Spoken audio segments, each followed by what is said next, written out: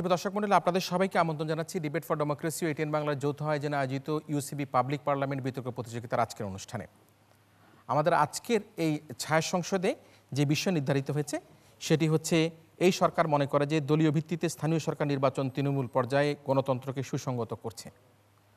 আমরা এই প্রস্তাবের পক্ষে এবং বিপক্ষে যারা রয়েছে তাদের মধ্যে প্রতিযোগিতায় যারা সরকারি দল হিসাবে রয়েছে তারা হচ্ছে সিলেট থেকে আগত শাহজালাল বিজ্ঞান ও প্রযুক্তি বিশ্ববিদ্যালয়, এবং বিরোধী দল হিসাবে আজকের এই মক পার্লামেন্টে যারা অংশগ্রহণ করছে তারা হচ্ছে ঢাকার দল বাংলাদেশ ইউনিভার্সিটি। আজকের এই ছায়া সংসদের সরকারি দল হিসাবে যারা রয়েছে শাহজালাল বিজ্ঞান ও প্রযুক্তি বিশ্ববিদ্যালয়ের পক্ষ থেকে মাননীয় প্রধানমন্ত্রী ও সংসদ নেতা চৌধুরী আমির হামজা, মাননীয় স্থানীয় সরকার মন্ত্রী মোহাম্মদ ফরাদ হোসেন এবং মাননীয় সরকার দলীয় সংসদ সদস্য শোয়েব আদনান। বিরোধী দল বাংলাদেশ ইউনিভার্সিটির বক্তারা হলো মাননীয় বিরোধী দলীয় নেতা অমৃত মলঙ্গি, মাননীয় বিরোধী দলীয় উপনেতা মোহাম্মদ রিয়াজ হোসাইন এবং মাননীয় বিরোধী দলীয় সংসদ সদস্য আবির কালাম আজাদ।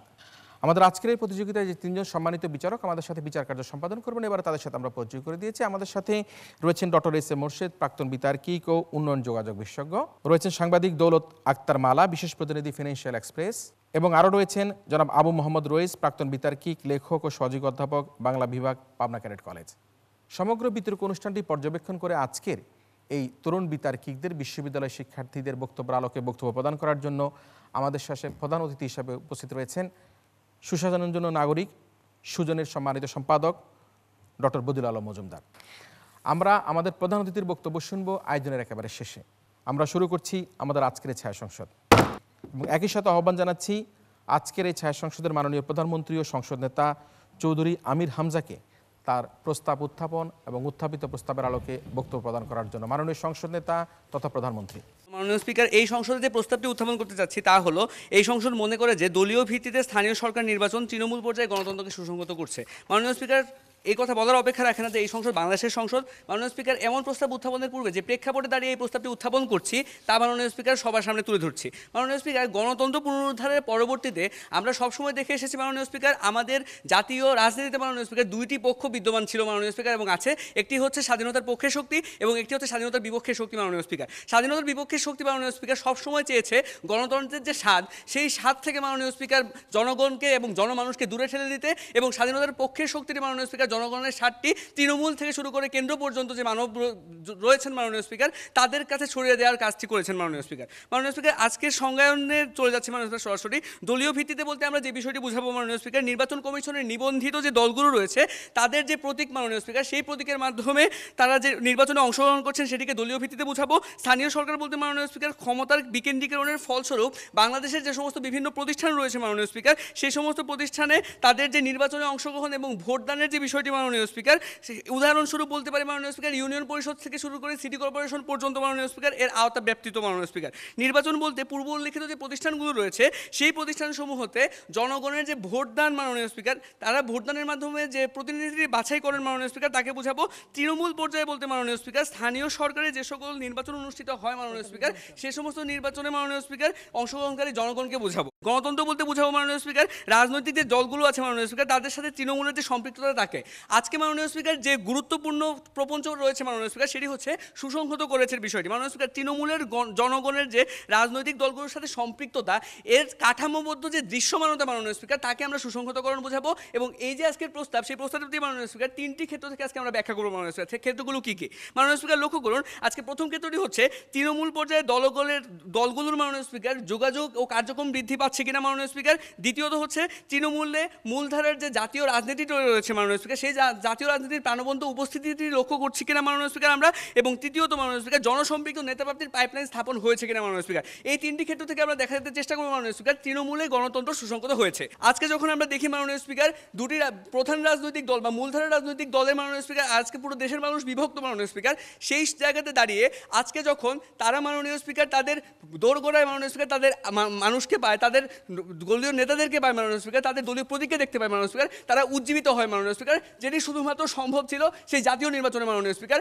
আজকে এই বাংলাদেশ মাননীয় স্পিকার এখন সেই পরিবেশটি মাননীয় স্পিকার, সেই প্রাণবন্ধতাটি আমরা তৃণমূলে ছড়িয়ে দিতে পেরেছি মাননীয় স্পিকার এই নির্বাচন পদ্ধতির মাধ্যমে। এবং মাননীয় স্পিকার, তৃতীয় ক্ষেত্রটি হচ্ছে মাননীয় স্পিকার জনসম্পৃক্ত নেতাপ্রাপ্তির পাইপলাইন স্থাপন। মাননীয় স্পিকার লক্ষ্য করুন, আজকে যে বিষয়টি লক্ষণীয় যে আজকে যখন মাননীয় স্পিকার ইউনিয়ন পরিষদ থেকে এই দলীয় প্রতীকে বা দলীয় ভিত্তিতে নির্বাচিত মানুষজন আমরা পেলাম মাননীয় স্পিকার, তাদের মাধ্যমে মাননীয় মাননীয় স্পিকার আমরা ভুইফোড় নেতা থেকে বেরিয়ে এসে মাননীয় স্পিকার জনসম্পৃক্ত নেতা প্রাপ্তির নিশ্চয়তা করতে পেরেছি মাননীয় স্পিকার। এর মাধ্যমে বলতে চাই মাননীয় স্পিকার, আজকের প্রস্তাবটি এই সংসদে যাতে গৃহীত হয়। ধন্যবাদ মাননীয় স্পিকার, ধন্যবাদ আপনার মাধ্যমে সবাইকে।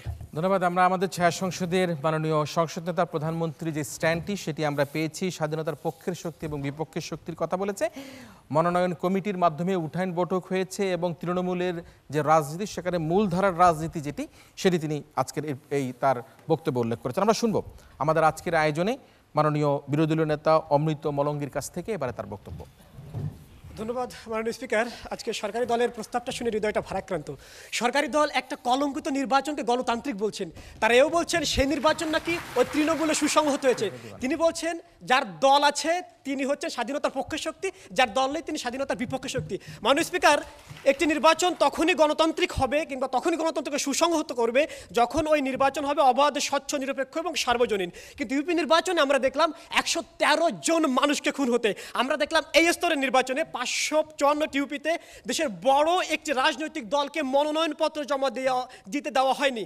আমরা দেখলাম 197 জন চেয়ারম্যানকে ভোট ছাড়াই নির্বাচিত হতে। সূত্র দৈনিক ইত্তেফাক 17 মে 2016 প্রথম পাতা। বাংলাদেশ তার জন্মের পর এমন কলঙ্কিত ঘটনা দেখেনি মাননীয় স্পিকার। মাননীয় স্পিকার, এটা হচ্ছে অবাধ নির্বাচন আর গণতন্ত্রের নজির। মাননীয় স্পিকার, ইউপি নির্বাচন শেষে 5 জুন প্রথম আলো তাদের লিড নিউজে শিরোনাম করেছিল শেষ হলো প্রাণঘাতী নির্বাচন। এই প্রতিবেদনে প্রথম বাক্যে মোটা হরফে লেখা ছিল নজিরবিহীন সহিংসতা, প্রাণহানি, বিশৃঙ্খলা, জাল ভোটের মধ্য দিয়ে শেষ হল ইউনিয়ন পরিষদ নির্বাচন। গণমাধ্যম কি গল্প লিখেছিল? প্রশ্ন থেকে গেল সরকারি দলের কাছে। এই যদি আপনাদের গণতান্ত্রিক নির্বাচনের এভাবে যদি আপনারা গণতন্ত্র সুসংহত করার কথা বলেন আর আমাকে যদি দেশের স্বাধীনতা বিরোধী শক্তি বলেন, আমার কিছু বলার নেই। মাননীয় স্পিকার, 2011 সালে ইউপি নির্বাচনে যেখানে নিহত হয়েছিল মাত্র 4 জন, আর এই নির্বাচনের শতাধিক, এত প্রাণের হিসেব কোন গণতান্ত্রিক প্রক্রিয়া সরকারি দল চোকাবে? আরেকটি প্রশ্ন থেকে গেল।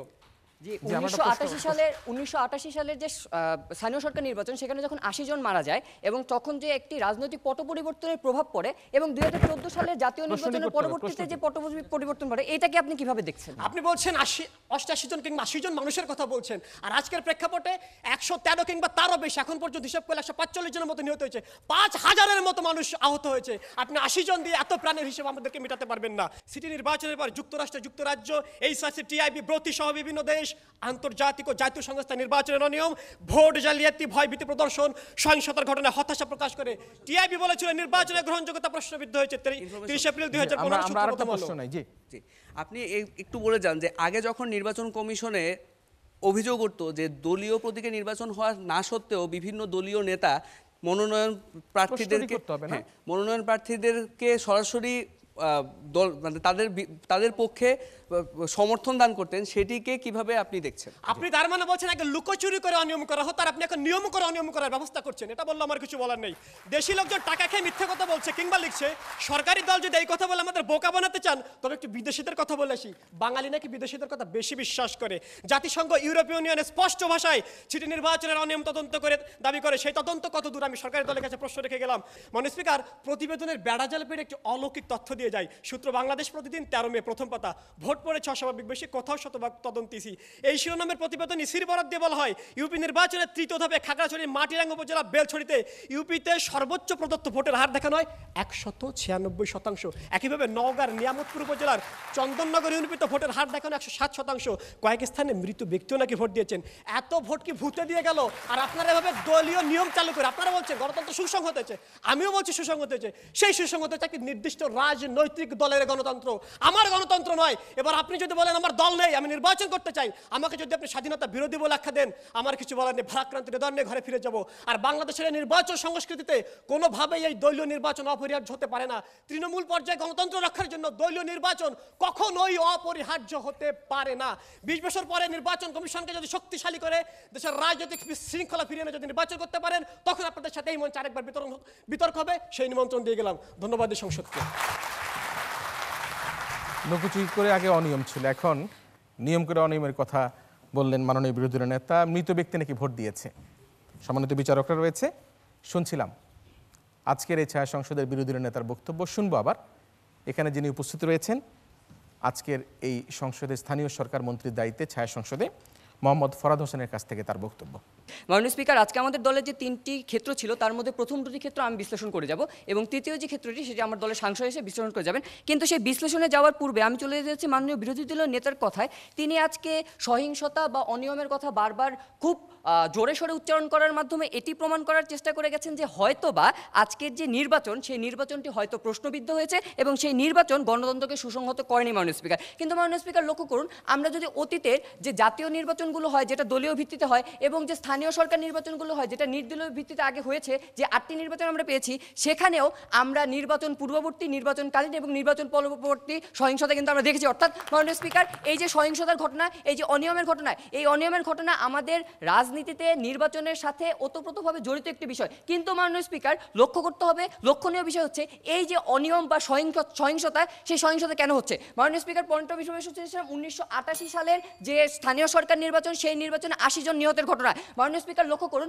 1988 সালে আমাদের দেশের জাতীয় যে রাজনীতি, সেই জাতীয় রাজনীতিতে একটি পট পরিবর্তন আমরা দেখতে পেয়েছিলাম। সেই কারণে আমাদের দেশের যে জাতীয় রাজনীতির পট পরিবর্তনের যে অবস্থা, সেই অস্থিতিশীল অবস্থার প্রভাব গিয়ে পড়ে স্থানীয় রাজনীতিতে এবং তার ফলেই সেই সংঘাত এবং সংঘাতের খেলে আমরা দেখেছি 80 জন মানুষের মৃত্যু। আমরা একটা প্রশ্ন নিতে চাই যে আপনি শুরুতেই বললেন যে হয়তোবা এই নির্বাচন ব্যবস্থা গণতন্ত্রকে সুসংহত করেনি।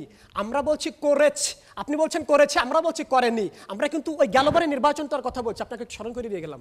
জি, আমি সেই ব্যাখ্যাতেই আছি। এখন মাননীয় স্পিকার, লক্ষ্য করুন, 88 সালে যখন একটি রাজনৈতিক পট পরিবর্তনে আমরা সংঘাত দেখি, ঠিক একইভাবে 2014 সালে যখন একটি প্রধান বিরোধী দল নির্বাচনে অংশগ্রহণ না করে এবং তার পরবর্তীতে জাতীয় রাজনীতির আকাশে যে দুর্যোগের ঘটনাটা দেখা যায়, তার প্রভাব গিয়ে পড়ে স্থানীয় রাজনীতিতে। অর্থাৎ মাননীয় স্পিকার, যদি আজকে দলীয় প্রতীকে নির্বাচন নাও হতো, তাহলেও সেখানে আজকে সংঘাত হতো এবং মানুষের মৃত্যু ঘটতো। অর্থাৎ মাননীয় স্পিকার, কথা হচ্ছে যে এই যে দলীয় প্রতীকে যে নির্বাচন হলো, এর ফলে কিন্তু সংঘাত হয়নি মাননীয় স্পিকার, এটি একটি চলমান প্রক্রিয়ার একটি অংশ মাননীয় স্পিকার। এবারে চলে আসা যাক আমার যে আমরা একটা শেষ প্রশ্ন উত্থাপন করুন। মাননীয় সংসদ সদস্য, আপনি যে বলছেন গত 8টি নির্বাচনের কথা, গত 8টি নির্বাচনে এরকম সহিংসতা হয়েছে কিনা এটা আপনি স্বীকার করেন কিনা যে অমানবিক সহিংসতা এবার হয়েছে? ধন্যবাদ। আমি প্রেক্ষাপটে আলোচনা করেছি যে সহিংসতা হয়েছে, মানুষের মৃত্যু ঘটেছে এবং সেটা কোন প্রেক্ষাপটে ঘটেছে? সেটা ঘটেছে যখন রাজনীতির আকাশে কালো ঘনঘটা দেখা যায়, সেই প্রেক্ষাপট থেকে। মাননীয় স্পিকার, যখন তৃণমূলের এই খেটে খাওয়া মানুষগুলো, এই কৃষক শ্রেণীর মানুষগুলো আজকে তার পছন্দের দলের যে কেন্দ্রীয় নেতা, সেই কেন্দ্রীয় নেতাকে নিজের ঘরের উঠোনে দেখতে পায়, আজকে তারা যখন সেই সমস্ত যে রাজনৈতিক জনসমাবেশ, সেই জনসমাবেশে সেই কেন্দ্রীয় নেতাদেরকে দেখতে পায়, তাদেরকে কাছে পায়, তখন আমাদের দেশের নির্বাচন মানেই হচ্ছে একটি উৎসব মুখরতা এবং এই উৎসব মুখরতা আমরা শুধুমাত্র দেখতে পাই জাতীয় নির্বাচনে। কিন্তু সেই জাতীয় নির্বাচনের উৎসব মুখরতার আমেজ যখন এই দলীয় প্রতীকে স্থানীয় সরকার নির্বাচন দেওয়ার কারণে আজকে তৃণমূলের ঘরে ঘরে গিয়ে পৌঁছেছে, তখন এই জাতীয় ধারার রাজনীতি, মূল ধারার যে রাজনীতি, সেই রাজনীতির প্রাণবন্ত উপস্থিতি আমরা দেখতে পাই আজকে জনমানুষের মনে। মাননীয় স্পিকার, এবং এই কারণে আমরা দেখতে পাই যে নির্বাচন কমিশনের তথ্য মতে এবারে সর্বাধিক 71% ভোট পায় মাননীয় স্পিকার। এবং মাননীয় স্পিকার, তাই বলতে চাই যে এই প্রস্তাবটি যাতে মহান সংসদে গৃহীত হয়। ধন্যবাদ মাননীয় স্পিকার, ধন্যবাদ সবাইকে। ধন্যবাদ। মাননীয় মন্ত্রী স্থানীয় সরকারের দায়িত্বে নিয়োজিত, তিনি তার বক্তব্যের মধ্যে জনমত যাচাইয়ের মাধ্যমে উপর থেকে নিচ পর্যন্ত নানাভাবে বিচার বিশ্লেষণ করে এই নির্বাচনকে উৎসবমুখর করা হয়েছে বলে দাবি করে তিনি তার বক্তব্য প্রদান করেছেন। আমরা শুনবো আমাদের এই ছায়া সংসদের মাননীয় বিরোধী দলীয় উপনেতা মোহাম্মদ রিয়াজ হোসেনের কাছ থেকে তার বক্তব্য। মাননীয় স্পিকার, আজকে সরকারি দল এই মহান সংসদে যে দাবিটি উত্থাপন করেছে, দলীয় পর্যায়ে স্থানীয় সরকার নির্বাচন গণতন্ত্রকে সুসংহত করেছে এবং তিনি আরও বলতে চেয়েছেন যে সহিংসতার বড় একটি কারণ নাকি বিরোধী দল আমাদের এই সহিংসতাকে ডেকে এনেছে। মাননীয় স্পিকার, আমি বলতে চাই, প্রথম আলোর বরাত দিয়ে আমি বলতে চাই মাননীয় স্পিকার, প্রথম আলো বলছে সহিংসতার বড় কারণ ক্ষমতাসীন দলের অভ্যন্তরীণ কলহ। মাননীয় স্পিকার, আমি এই সংসদে স্পষ্টভাবে বলতে চাই মাননীয় স্পিকার, পূর্বের যে স্থানীয় সরকারের যে নির্বাচন, যেটি দলীয় পর্যায়ে আপনারা করেছেন মাননীয় স্পিকার, আমি আপনার মাধ্যমে বলতে চাই সে নির্বাচন কোনোভাবেই গণতন্ত্রকে সুসংহত করেনি, বরং গণতন্ত্রকে রক্তাক্ত, ক্ষতবিক্ষত এবং ভুলুণ্ঠিত করেছে মাননীয় স্পিকার। মাননীয় স্পিকার, সুশাসনের জন্য নাগরিকের তথ্য মতে মাননীয় স্পিকার, আমি বলতে চাই পূর্বের পৌরসভা নির্বাচনে মেয়র পদে গড় প্রার্থীর সংখ্যা ছিল 5.11, যা এই নির্বাচনের মাধ্যমে অর্থাৎ দলীয় পর্যায়ে এবং দলীয়করণ করার মাধ্যমে যেটি হার এখন নেমে দাঁড়িয়েছে 4.3।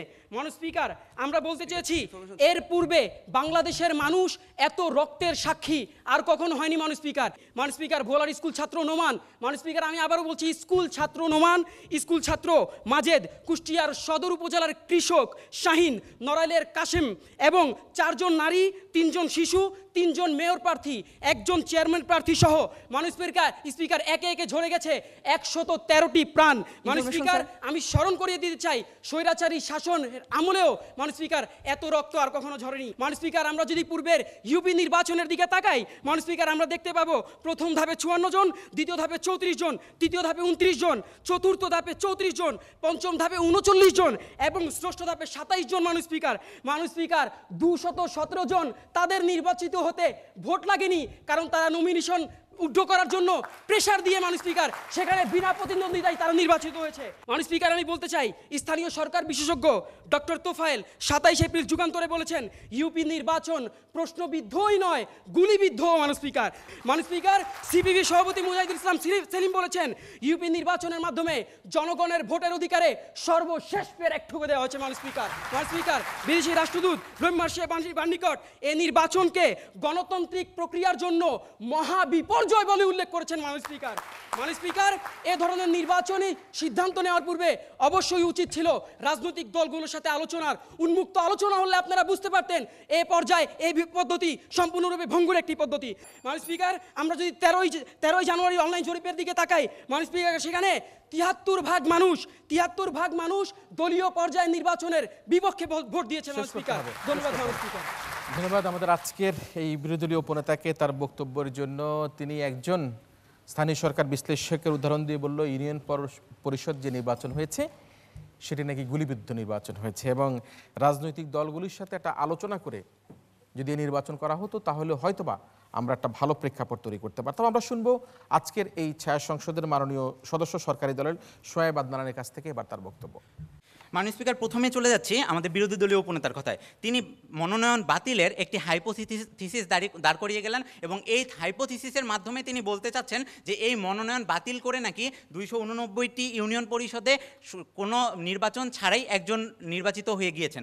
কিন্তু মাননীয় স্পিকার, এই যে 4262টি ইউনিয়ন পরিষদের মধ্যে মাত্র 289টি ইউনিয়ন পরিষদ যখন শুধুমাত্র নির্বাচন ছাড়া দলীয় ভিত্তিতে নির্বাচনের কারণে একজন